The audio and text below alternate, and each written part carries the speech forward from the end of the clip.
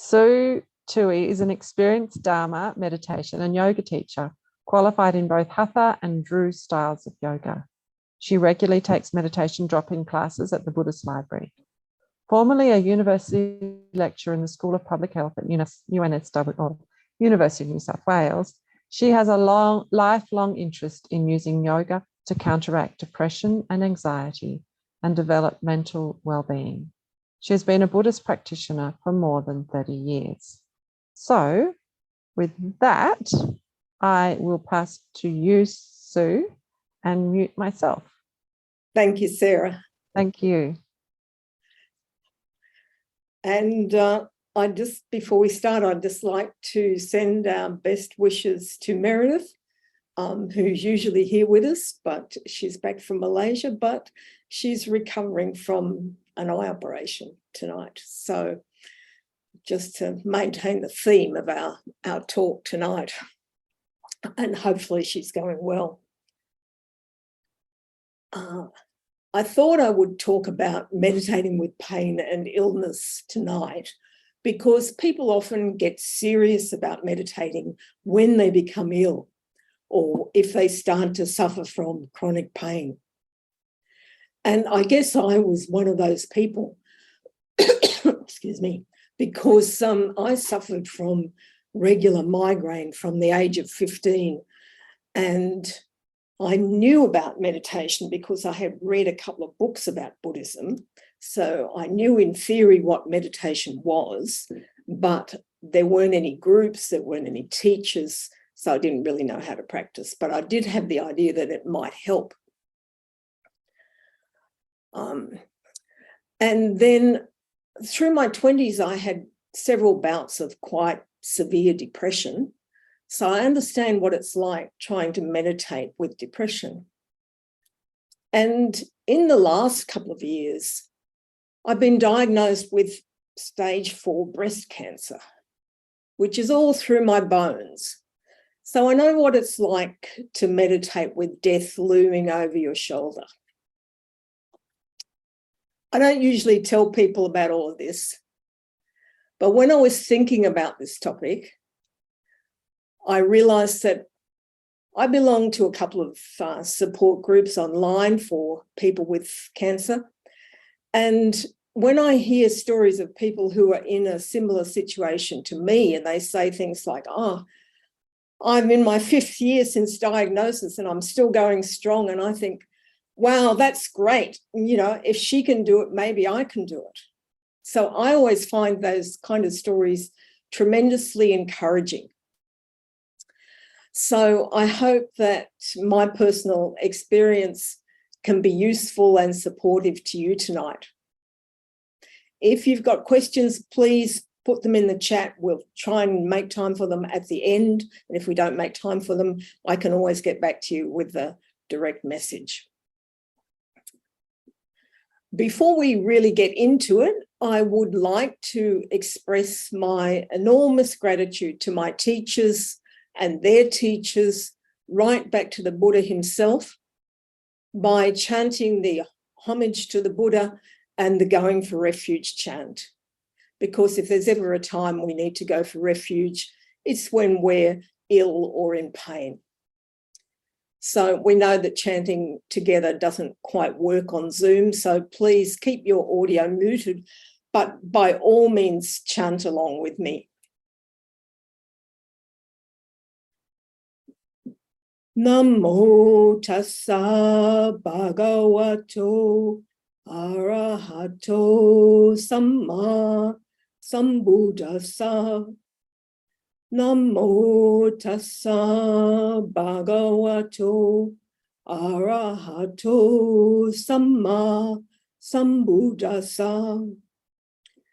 Namo tassa bhagavato arahato samma sambuddhassa. And now we take the refuges, reminding ourselves that over and over again throughout our lives, we will look to the example of the Buddha for inspiration. We'll go to the teachings for guidance, and we would rely on the support of the community. Buddham saranang gacchami, Dhammam saranang gacchami, Sangham saranang gacchami, Dutiyampi Buddham saranang gacchami, Dutiyampi Dhammam saranang gacchami, Dutiyampi Sangham saranang gacchami, Tatyampi Buddham saranang gacchami, Tatyampi Dhammam saranang gacchami, Tatyampi Sangham saranang gacchami.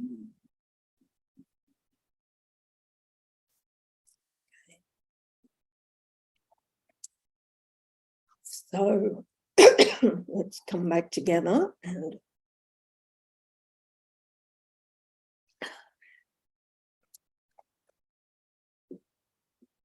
now I have to say that taking up meditation when you're ill has become quite the thing over the last few years. And that's because there's been a lot of research done showing that mindfulness meditation helps people with many different illnesses, including, just for some examples, headaches and chronic migraine, high blood pressure, cancer, anxiety disorders, and somewhat surprisingly, skin disorders. It helps them heal more quickly, and it helps them tolerate the effects of treatment.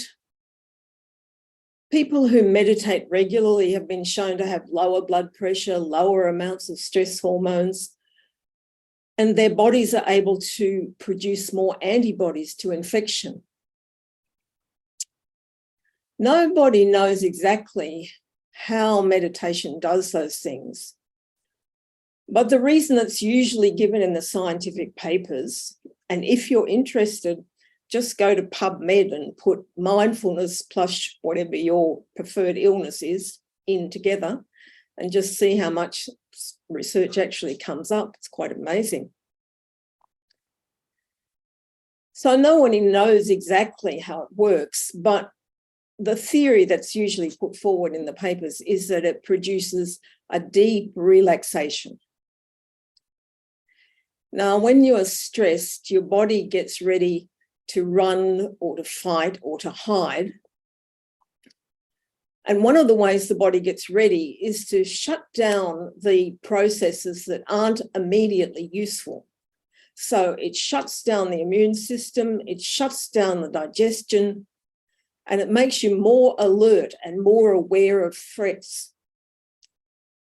So people who are stressed often catch infections very easily because their immune system is not working very well. They often lose weight, or sometimes they gain weight because their digestive system is not working very well. And they find it difficult to sleep because they've become hypervigilant, watching out for the next bad thing that's going to arrive. So if you can take the stress away through relaxation, that's a really good thing. Meditation can calm the mind, stop the mind interfering with the body, and allow the body to heal itself. But getting rid of stress isn't the whole story. Many years ago now, I was asked to teach meditation to a group at UNSW.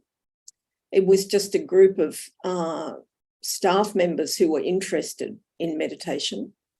And because it wasn't a religious group, I was asked if I could teach a non-religious meditation.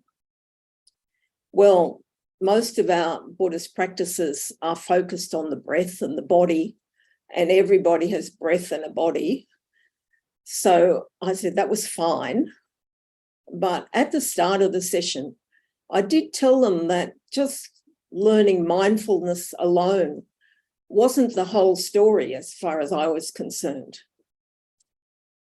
I had been meditating since I was about 20, because as I said, at the age of 15, I couldn't find any Buddhist teachers in rural Queensland.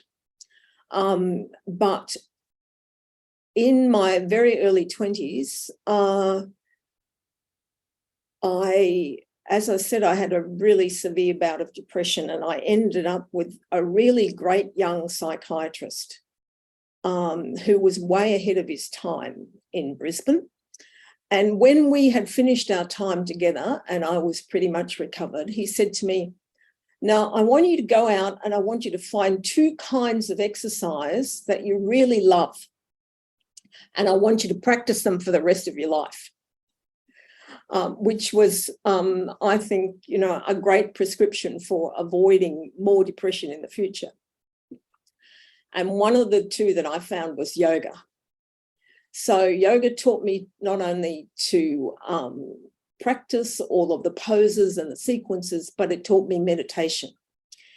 And usually a kind of visual meditation, which was designed for relaxation. So, think of a place that's very relaxing to you and just let your whole body relax into it, which was fine. But what I found was that although that was pleasant, it didn't actually make any real changes to what was going on for me. It didn't help my migraine, for instance. It didn't seem to really help feelings of depression. But anyway, it was there. It was a kind of a tool. I practiced it. I was a diligent student. But as I said, it was kind of less than great. It wasn't till I actually found some Buddhist groups and really started to try and practice the Buddha's teachings and began to see things from a Buddhist perspective, what I think of as seeing with Dharma vision, that things actually started to change. Now, the Buddha says there are 3 distinctive marks that characterize his teaching. He says, if these things are present, you know that this is the teaching of the Buddha. The first of these 2 special characteristic marks are impermanence and suffering. Everything is subject to change. And in the end, everything decays and passes away and takes on some new form. And that process of changing, decaying, and taking on a new form, whether it's happening to you or someone you care about, inevitably causes suffering. And if you've never run into the Buddha's teaching, you may well think, this is very unfair. Why do I deserve this? Why should I be the one who gets cancer or the one who ends up in a wheelchair? But when you look at illness with the Dharma view, you think, well, of course, there's going to be some illness, some pain in my life. It's part of the package of being human, of having a human body. So it's no big deal. It's not like I've been singled out for some special punishment. Probably on any given day, half the people I work with aren't feeling particularly well. Health and well-being are great when you have them, but they're just as impermanent as anything else.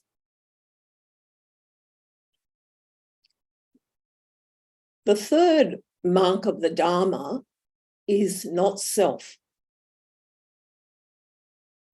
In other words, we should try to avoid creating an identity for ourselves around our illness.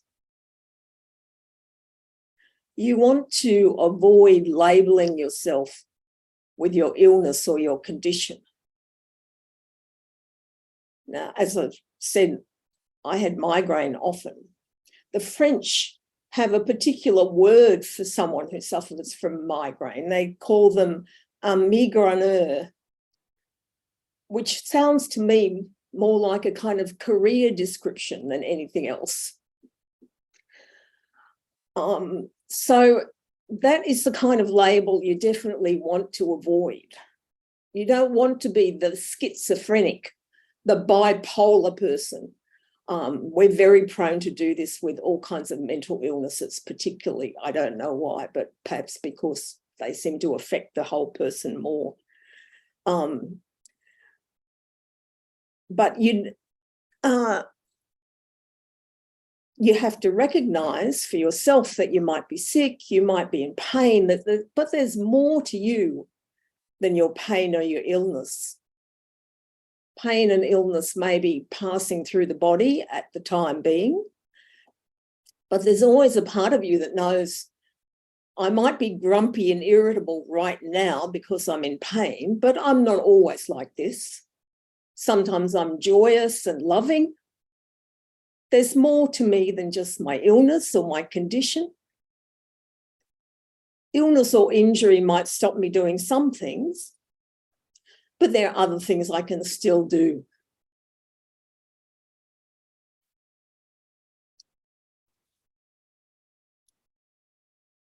So those are the three marks of the Dharma and the way they affect, or hopefully should affect, our views about illness. Now, if you're lucky, you find meditation before you've actually got significant illness or chronic pain or whatever it is. And then when you do, practicing meditation is a way of making those three characteristics real to you. Because when we start out, they're more or less theoretical. It takes a while for us to really make those three marks part of our deep understanding of the world. When you meditate, you may not be meditating at all with anything to do with illness. You might be meditating on any of the four foundations of mindfulness: breath and body, feelings, particularly feelings of liking and disliking, attraction and aversion. You might be observing the mind, the way the thinking works. You might be observing the mind states. But whatever you're meditating on, you can't help but notice that they change all the time.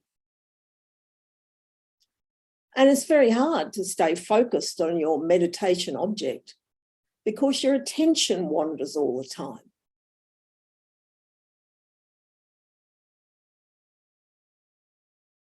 While you're sitting there, you get a bit uncomfortable. Maybe the knees hurt, the back aches, your nose itches.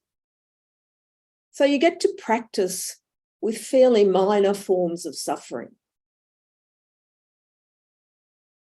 And if you practice enough, you get to see how your mind works. Always creating some storyline in your head, some fantasy in which you're the star of your own soap opera.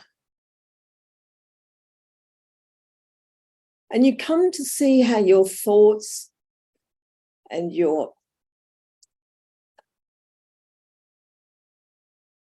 feelings and your imagination, how they can't be really trusted to tell you about the real state of the world.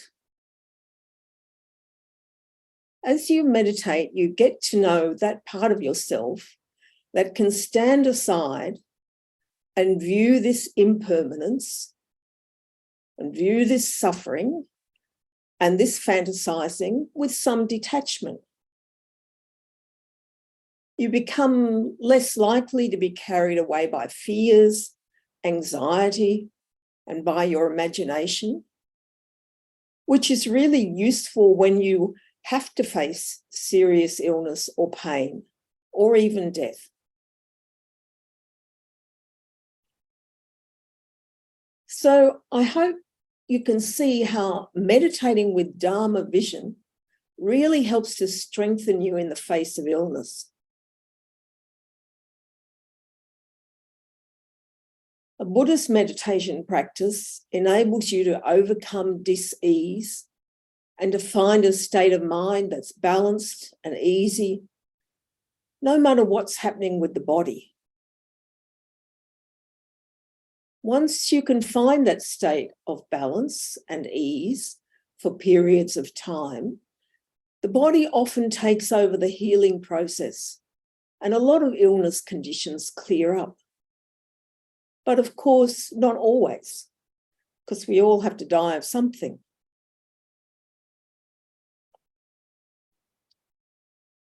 So let's think about specifically how to meditate when you're ill or in pain.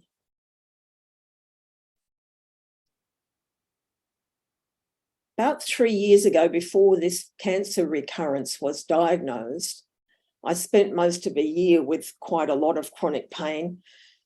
And I spent a lot of time looking into Dharma teachings on how to meditate with pain and experimenting to find out what worked for me, which wasn't always what the teachings suggested.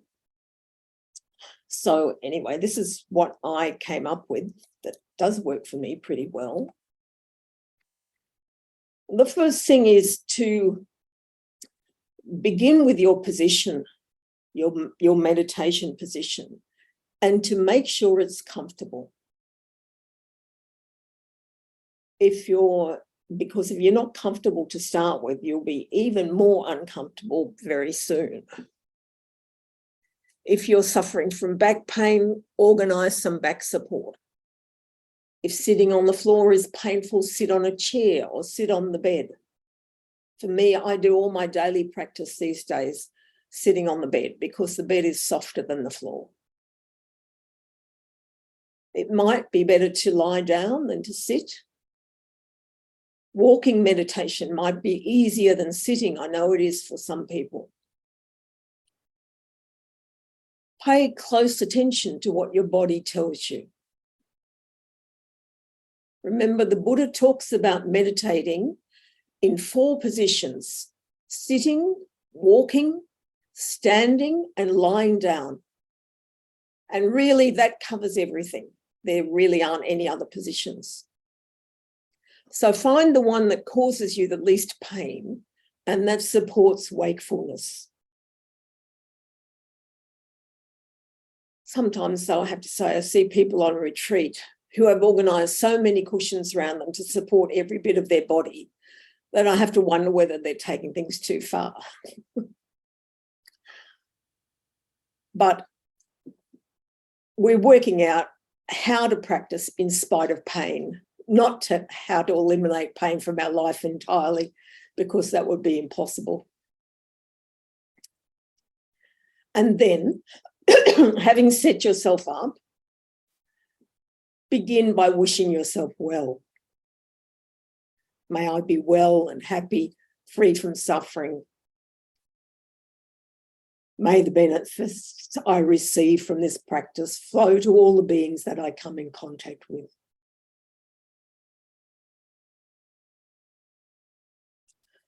Don't mentally scold yourself for falling ill, failing to meet all your responsibilities, being a nuisance to others, or whatever. Treat yourself with the same compassion that you would give to a loved one you were looking after.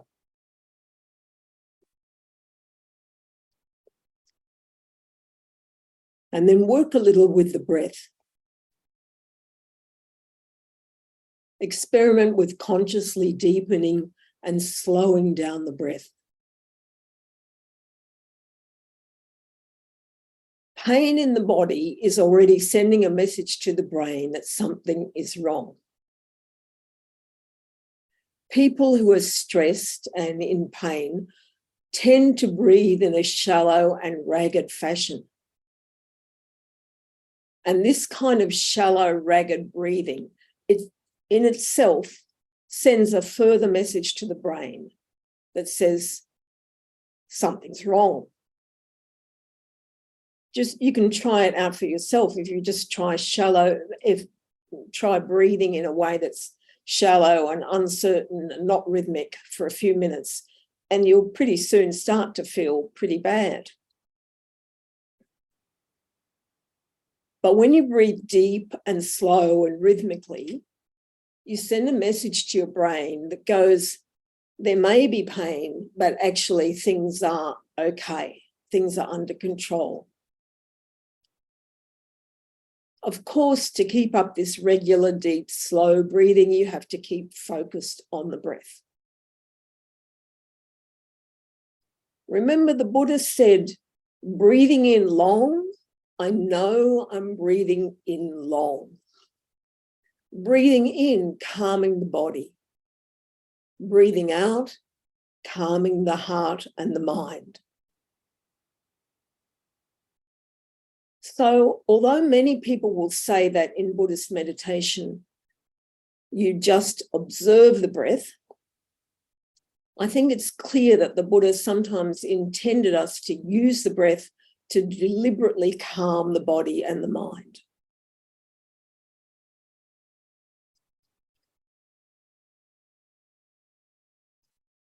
And then, having begun and settled down and worked with the breath a little, relax the body, it's time to take account of what's here in terms of sensations, and particularly in terms of pain, and if pain is here, to perhaps explore the pain. And while maintaining that easy, slow breath, notice exactly where in the body the pain is. Or if you're working with a mental problem like depression or anxiety, notice the effect that that has on the body. Notice what the body feels like when you're in that state.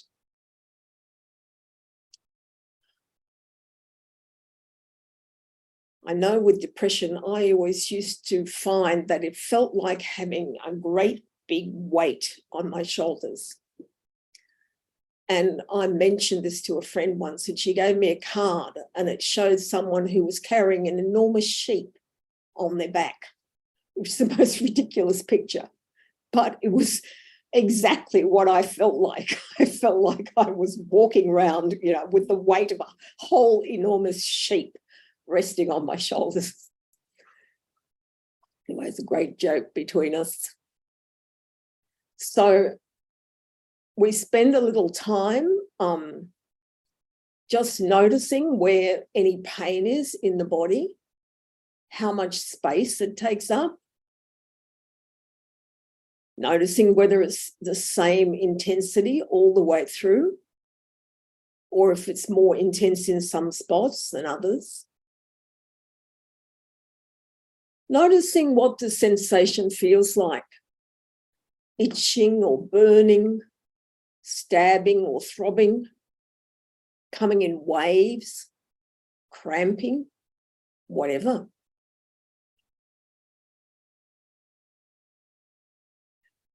What many people say is when you explore the pain like this, it starts to shift, it starts to move. It may get weaker and it may dissipate altogether.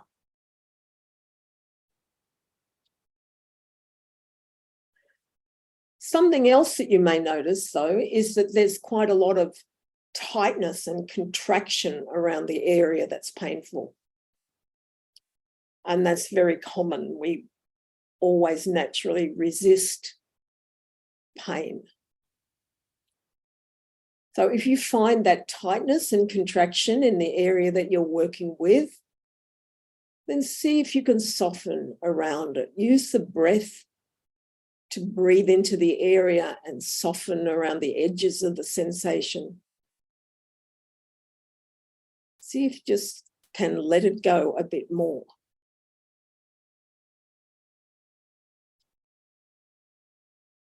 So exploring going deeply into the area where the pain is, trying to soften around any resistance, that may be helpful.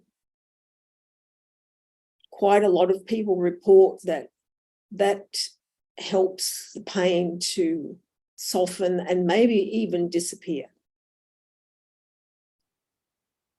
I myself have never found this to be so.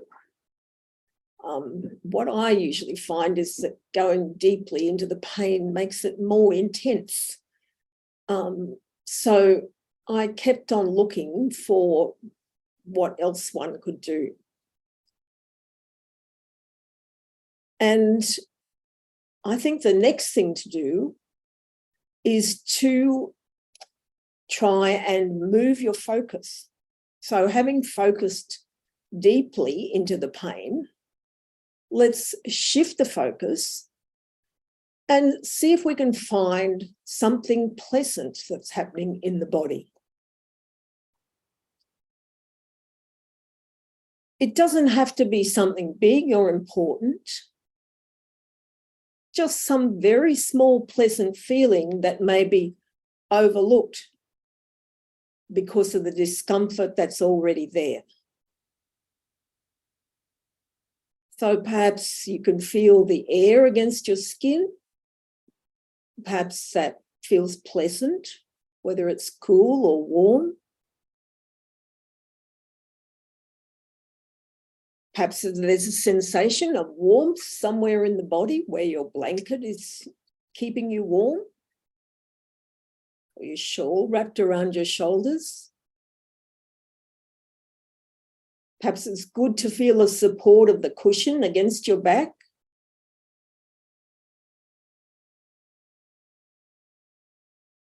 It's amazing to me how we can really focus, if we can really focus the attention elsewhere, the pain will often subside. It's interesting how pain and pleasure can exist side by side, but we can't experience both at the same time. So try and experience the flow and the impermanence of sensations.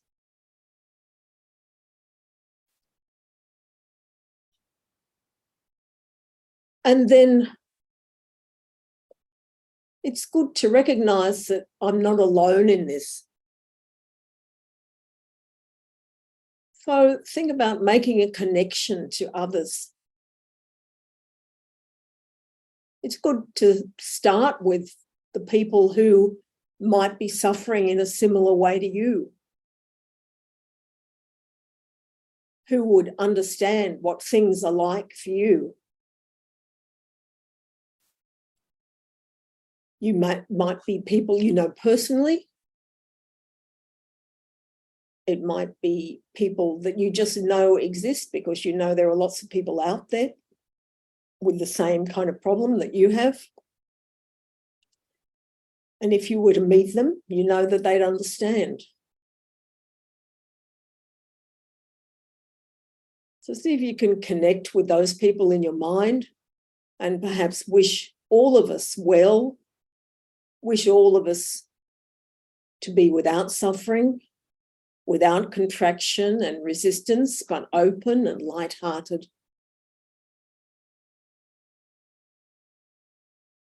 And then see if you can expand that connection to all beings, all human beings, all living creatures. All of us have our times of suffering, pain and illness.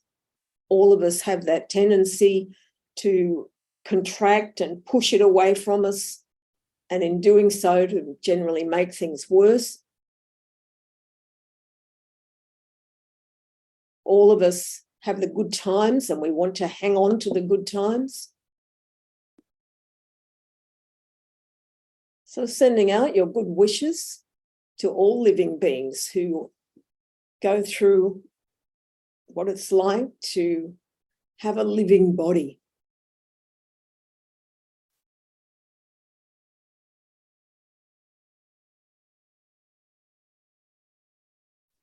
So we're going to try this meditation in a few moments.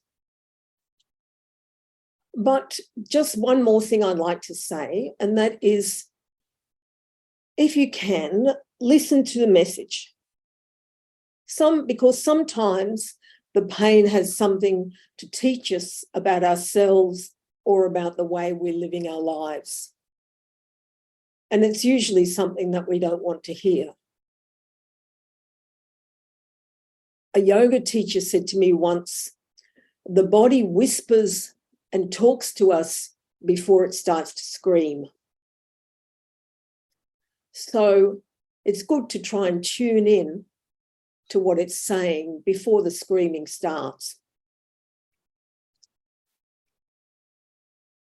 As I told you, I took up meditating because I was plagued with migraine.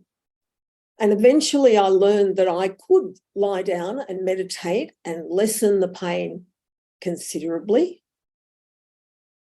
But as soon as I got up and tried to get back into things again, the pain would be right back. What I would not listen to was my body trying to tell me that you need to slow down, do less, and rest more. Because I was very invested in an overachieving self-image. I thought I could do everything if I just kept going hard enough. My body was trying to tell me something different, but I was definitely not listening. Perhaps you can save yourself some future pain if you listen better than I did. Looking at pain and illness through Dharma eyes helps you see with equanimity and perhaps learn from them. Sometimes we contribute to our own suffering through our poor lifestyle choices. And sometimes it's just the result of having a fragile, imperfect human body. Pain and illness are an inevitable part of being human. Meditation offers you a place to rest and to gather your energy. Just as if you were looking after someone who was ill, while you are looking after yourself, you do what you can to relieve suffering and improve the quality of life. And when the time comes to go, you do what you can to improve the quality of your death.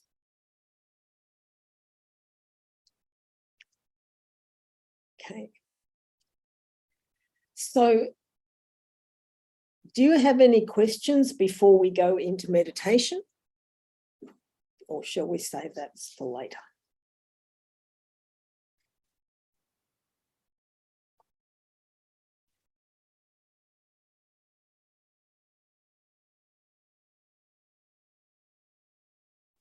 Okay. All right, let's try this practice and see how it works for you. So find yourself the most comfortable meditation posture that you can. Remember, the Buddha always advised his monks to find a comfortable spot under a tree. So that is where they could lean their backs against the tree, where they were in the shade, it wasn't too hot. So he was not trying to make them uncomfortable from the beginning.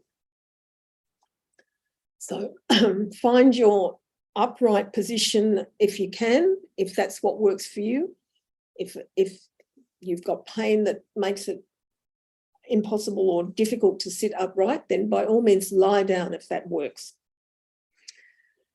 But ideally, we have the shoulders over the hips so that the body is balanced and the spine can bear the weight equally all the way up through the back. And you can gradually let your eyes close.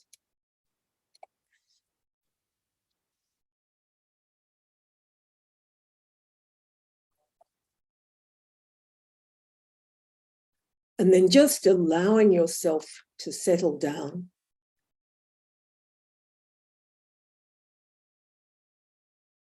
Taking some deep breaths.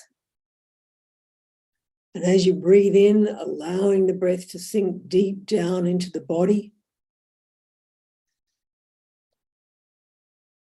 And then allowing it to flow all the way out.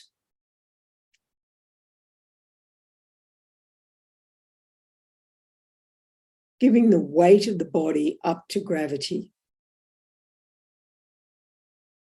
Allowing the body to be held and supported by whatever the body is resting on.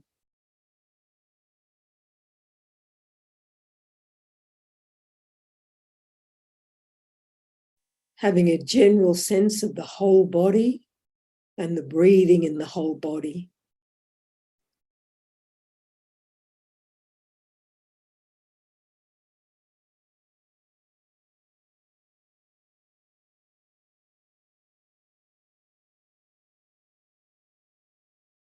Feeling movements in the chest and in the back of the body and in the sides of the body. Allowing the whole torso to expand on the in-breath and subside on the out-breath. In all directions, 360-degree breathing.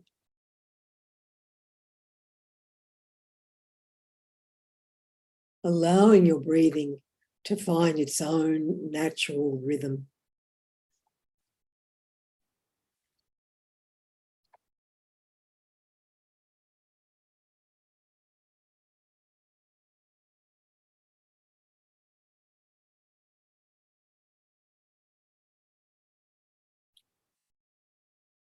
Turning our attention to our thoughts, our thinking process, and just seeing if we can allow our thoughts to come and go like clouds across a clear blue sky.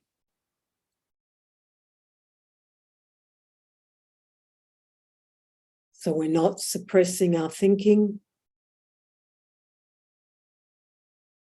and neither are we getting carried away, getting involved with our thinking, but using body awareness as an anchor for the mind again and again.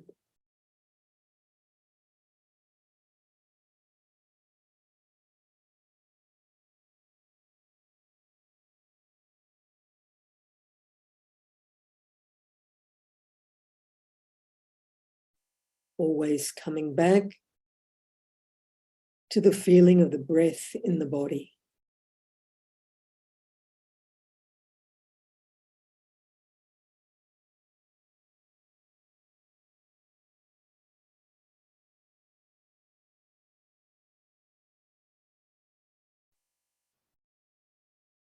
And then also being aware of your emotional state and getting a sense of the emotional weather that's presenting itself at the moment.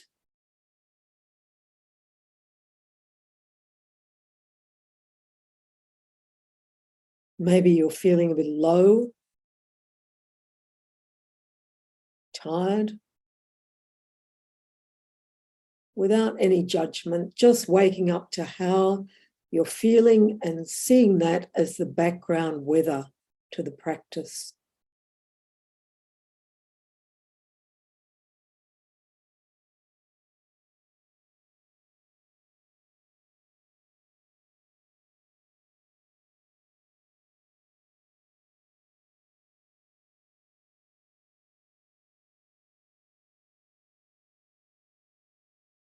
In this first up to our full experience, physically, mentally, and emotionally, as it is right now. And simply breathing with whatever is arising.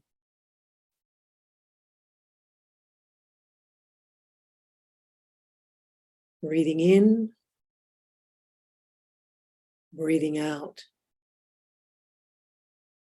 Again and again and again.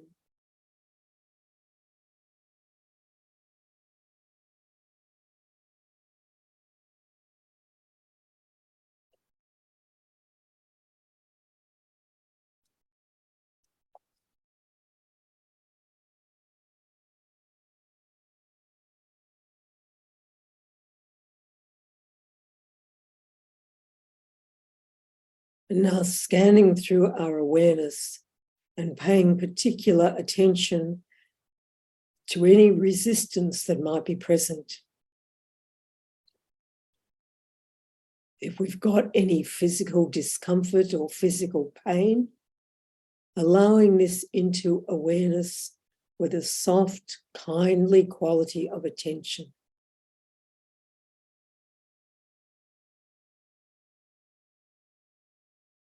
And breathing into this part of the body.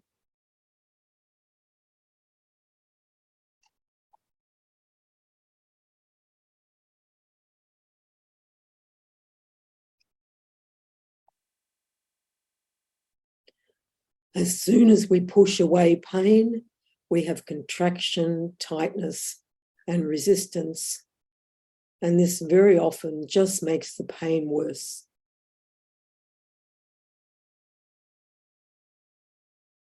But by having the courage to turn towards whatever is painful or difficult, rather than push it away, we soften the resistance. We soften the contraction. And we bring a little more ease into our experience.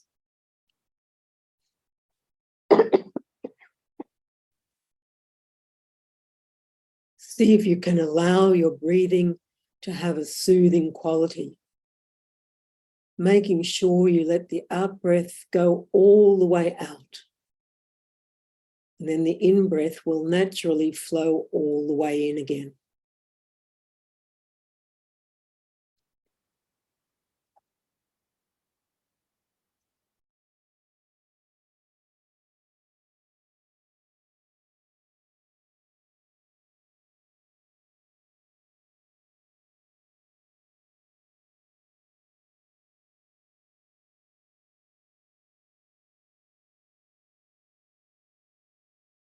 And now turning our awareness or our attention to notice anything pleasant in our experience right now.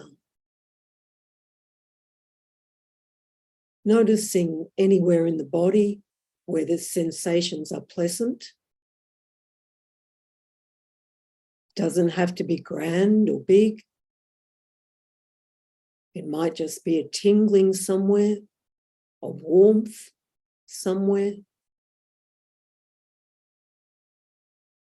Maybe you enjoy the cool air on your cheek or the support from your cushion or chair.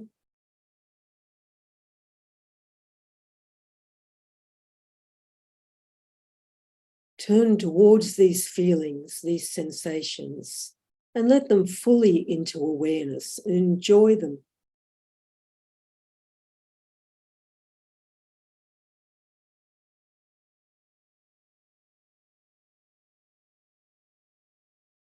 So we're staying centered and grounded, but opening our awareness to include anything that's pleasant.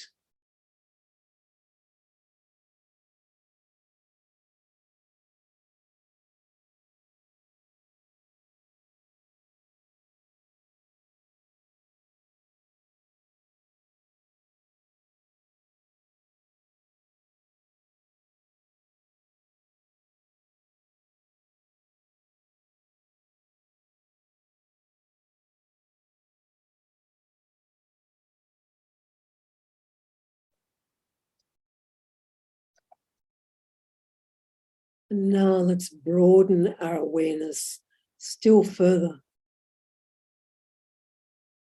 So we're pulling back like a wide-angled lens on a camera. the field of our awareness gets broader, more open. It includes the breath, the thoughts, anything pleasant, anything unpleasant. And we just breathe with this breadth of experience in this moment.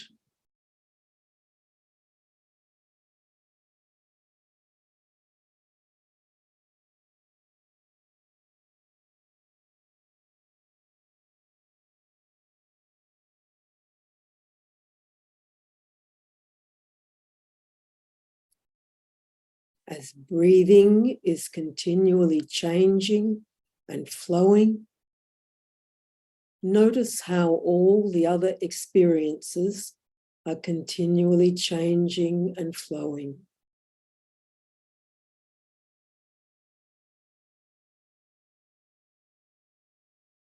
Pain, which we might think of as being hard and static, when we look closely, we see that this too is always changing.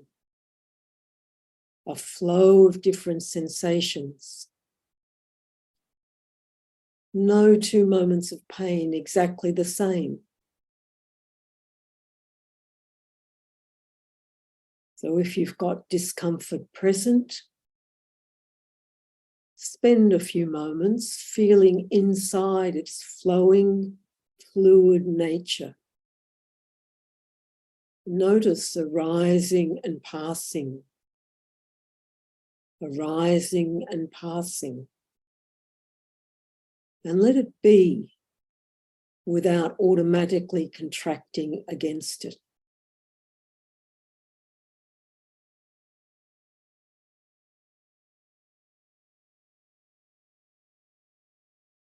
And likewise, if what's present at the moment is something pleasant, let it be. Enjoy it without automatically clinging onto it or grasping after it. Just allowing it to arise and pass in this broad field of awareness.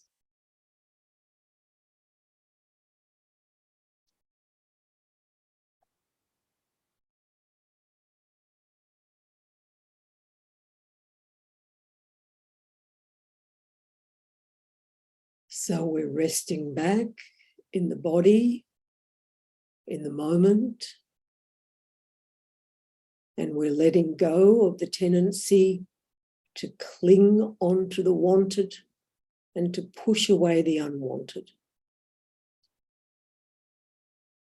We're resting back with awareness, letting everything flow through the moment.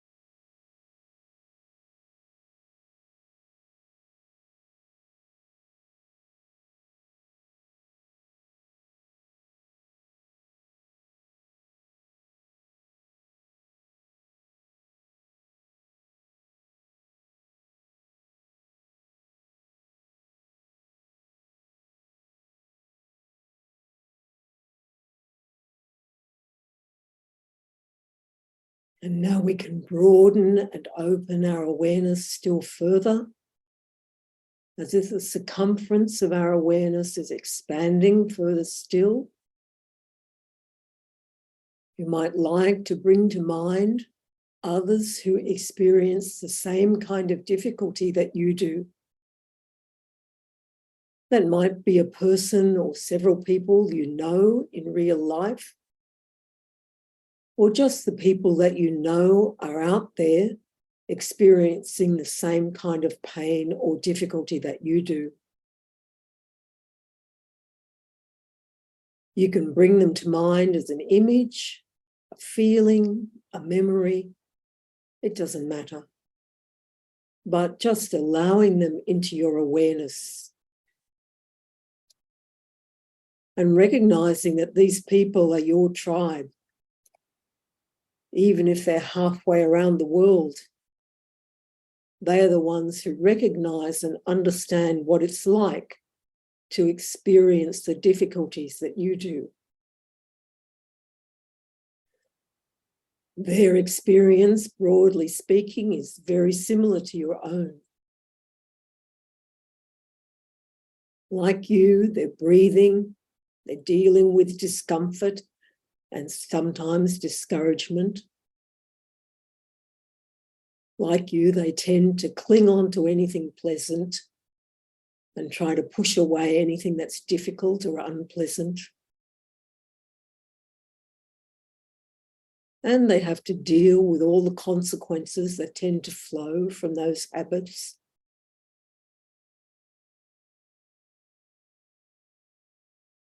And all these tendencies are universal. It's what we all do. So let's drop beneath the difference and rest in awareness of all that we have in common.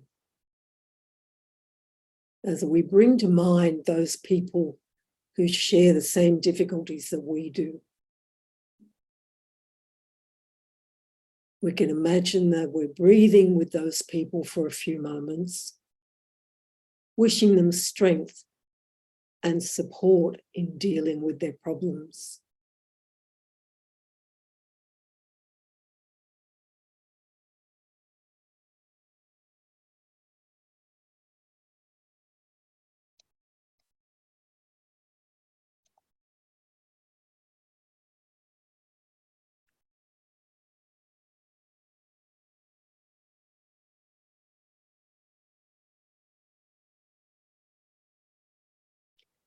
And now let's broaden and expand our awareness to include all human beings everywhere. So we're staying centered and grounded, but our awareness becomes very broad and open.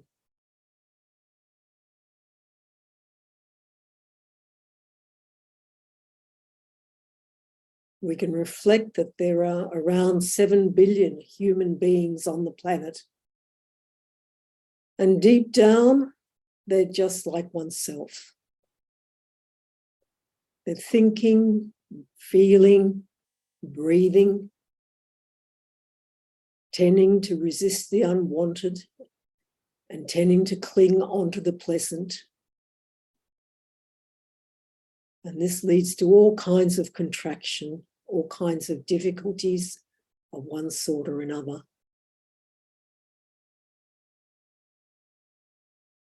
This plays out uniquely in our individual lives, but the tendencies are universal. So let's have a sense as we sit here of everything breathing, everything arising, everything passing away. Feeling connected with all the other human beings, all the other creatures, breathing in and out, just like us, turning away from pain, running after pleasure.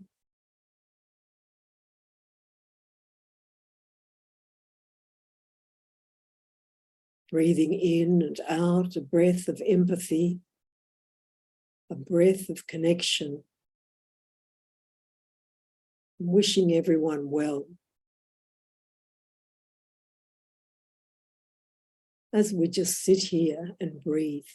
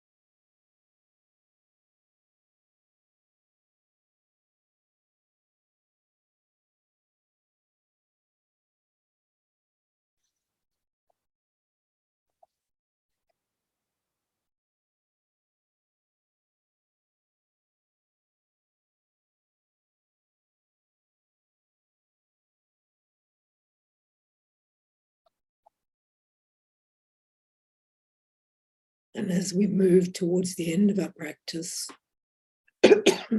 perhaps we can form an intention to carry this awareness over into our everyday lives.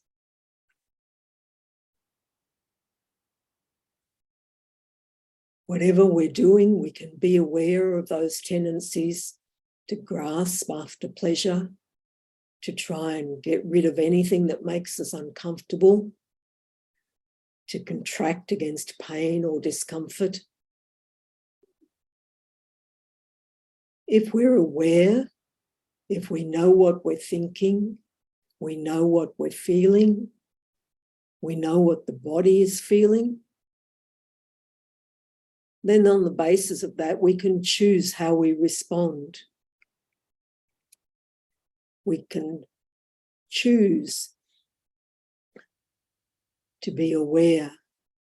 We can choose to respond rather than to react in the difficult moments. All of us tend to get lost in our activities, our thinking. We get stressed and we often act thoughtlessly. But perhaps we can make an intention to wake up so that in that difficult moment, we're aware. In that moment, we can choose to stop, to pause, to breathe, to come back to the body.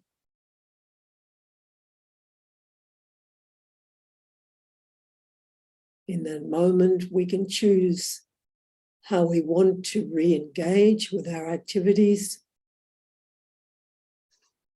We can choose a life of openness, awareness, of choice.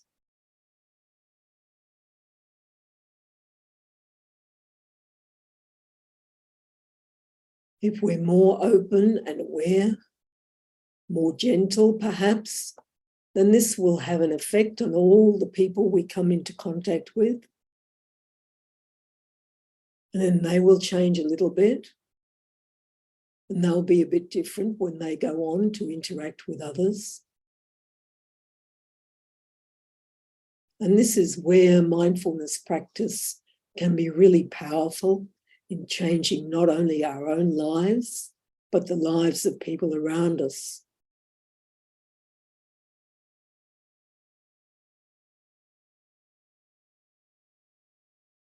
So with this intention, very gently, we can bring the meditation to a close. Beginning to move the body, maybe stretching a little bit, opening the eyes, and coming back together.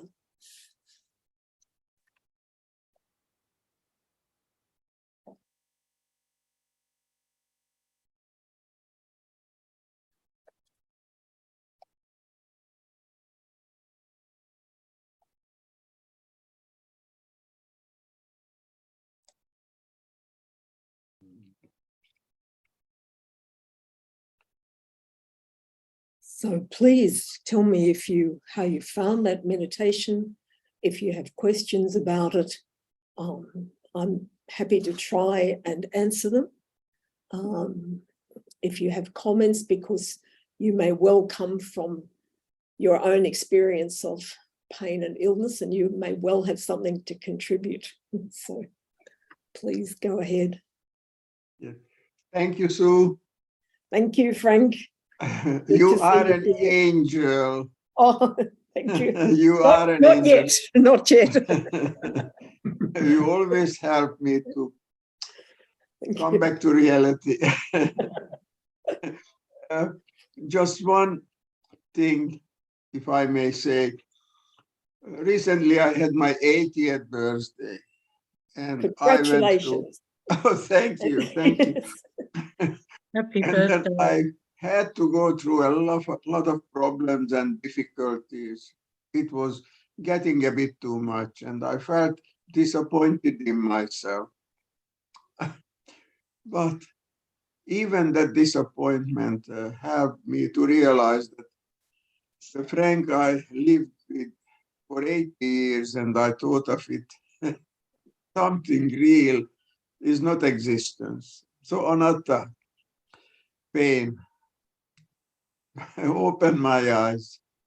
Crazy things happened with me, and even them helped me to realize really anatta, that there's no reality about the person I was loving and worrying about and struggling with. Crazy thing happened. I was reaching up in the kitchen for a jar of apricot jam. I was unmindful. It fell down and smashed a hot plate right where it should have, where it was the most sensitive. And of course, my wife wasn't too kind about it.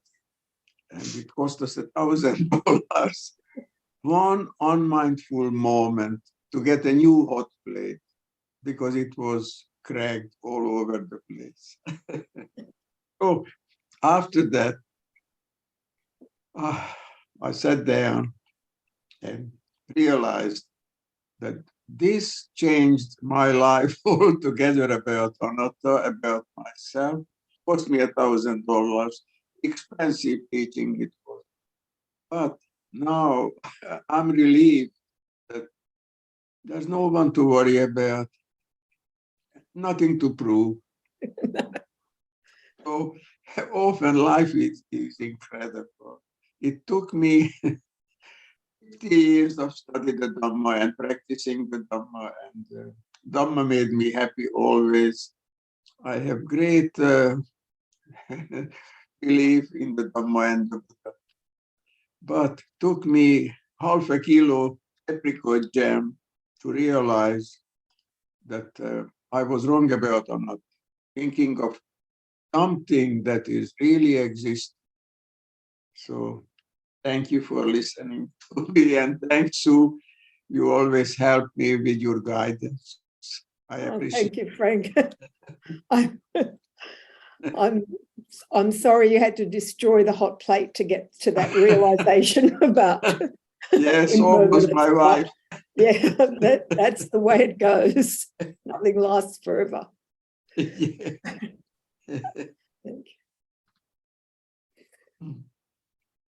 Thank you, Sue. That was so peaceful and calming. It's just a delight. Thank you. Oh, thank you, Maya. Yeah. Great to see you again. So nice seeing you. Haven't seen you for so long. And looking so good. You're looking great. Oh, thanks. Frank, Patricia sends you happy birthday wishes. She says, Oh, so thank you very much. Path with you. Yeah, thank you, Pat. Thanks very much. I'm still a bit silly and ignorant with the computer. But you won't believe it. Before I joined you, I went through 1.5 hour Bible study. And it was about Judas. That what would have happened to Christianity if Judas is a good man and won't give up Jesus Christ. And I compared that 1.5 hour to your 1 hour teaching. It's incredible. What an experience I go through every Thursday evening. I follow Jesus Christ anyway, anytime, but the Old Testament, that God came out and told Moses to sacrifice each one of you a sheep or a lamb and bake it on fire, but do not break any bones. And I was thinking, as a good Catholic, now where would that take me if I take all these teachings from the Bible really serious? Nothing practical, just belief. And finally, I was told, God loves us so much, but my next door neighbor, a Russian lady, she just buried her sister. The daughter had 4 kinds of cancer. We just went to the funeral, and now she's got cancer also. And looking into life as it is, it's unreal how God loves us. It's a nice belief, but the practical teaching comes from the Dhamma and the Buddha. Yeah. And you know what? I have to mention this one more thing. The pastor, Protestant pastor, always put question. And you won't believe this. I was the only one who could answer through the Dhamma, through the Buddha's teaching. 90% of what Jesus taught, the Buddha taught 500 years before. So, but on the end, I couldn't mention the name Buddha because, they get upset. So I just told them that this was it. That is the answer. So it's always good to learn. But I'm very grateful to the people I got to know in Sangha Lodge, you and Bante and all the others. Oleg. Yeah, I'm a lucky man. I always been with good people. Thanks again, Sue. Thank you, Frank. Thank you. Thank you, Frank, and happy belated birthday, Frank. Oh, thank you.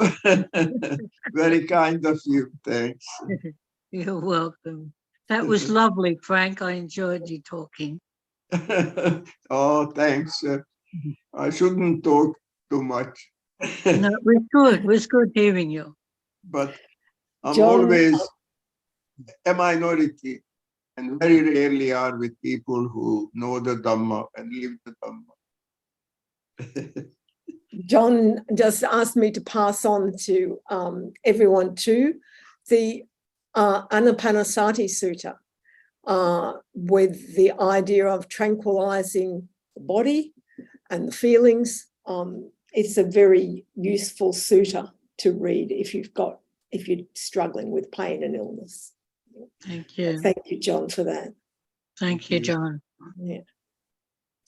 I'd like to thank you, Sue, for tonight. It was fantastic. I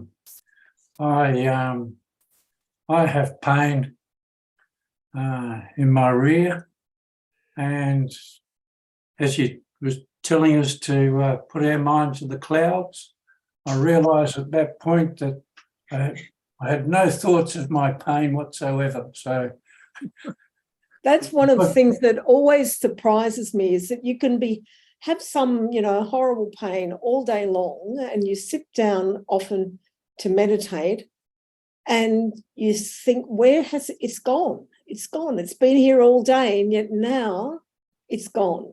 yes. Yeah. So thank you for that. And I'd also like to mention, I normally do my meditation first thing in the morning, and I got up a few days ago and my mind had a lot of things running through it. Mm. So I thought, I'd heard Frank say that he does a lot of walking meditation. Yes. So the first thing I did was to count the steps, and I was so excited when it came up with the number 17. Frank was telling us about the other week. But anyhow, I did that for about 5 minutes and then sat down, and it really took my mind off all these other things, and that helped me greatly. Yeah. Yeah, don't discount the walking meditation, especially I think for people often with lower back pain. It can be more comfortable than sitting, and certainly worth trying out and seeing how it works for you.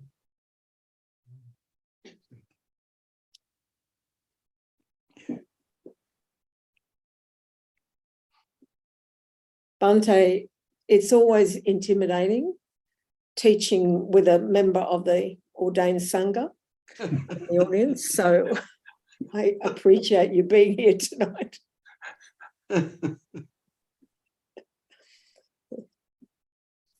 No, you don't have to worry, Sue.